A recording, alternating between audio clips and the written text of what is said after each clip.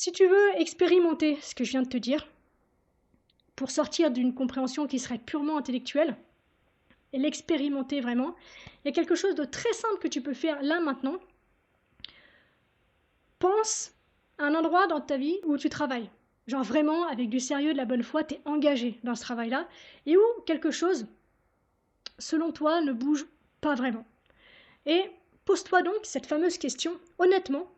Donc tu peux même prendre le temps de t'asseoir, prendre une grande respiration, être incarné au sol, donc les deux pieds posés au sol, une main sur le cœur ou sur le ventre comme tu veux, ou même les deux, une main sur le cœur et l'autre sur le ventre.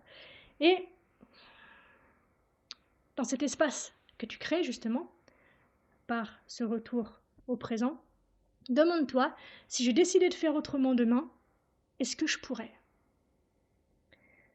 Si ta réponse ressemble à oui mais j'ai peur, oui mais trois petits points en réalité, quelque chose est disponible. La compréhension peut encore transformer. Tu n'as pas frappé à la mauvaise porte, tu as juste peut-être besoin de plus de clarté, de plus de courage, de quelqu'un pour tenir l'espace avec toi pendant que tu traverses. Et si ta réponse ressemble à non, je ne peux pas vraiment, c'est plus fort que moi, alors peut-être que la prochaine fois que tu cherches un outil, la première question n'est pas quel outil, c'est à quel niveau. Et ça, ça change complètement la nature de ce que tu cherches.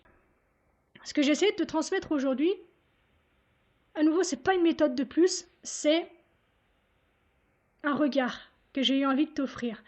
Le regard de quelqu'un qui a arrêté de se demander comment travailler plus fort et qui s'est demandé si elle frappait au bon endroit. Il propose de se situer avec justesse pour utiliser le bon outil au bon endroit, au bon moment. Et parfois, cette seule chose qui peut paraître simplissime, presque simpliste, change absolument tout.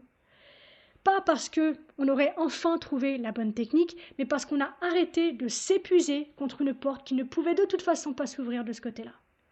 Tu n'es pas en retard, tu n'es pas en échec, tu frappais peut-être juste à la mauvaise porte.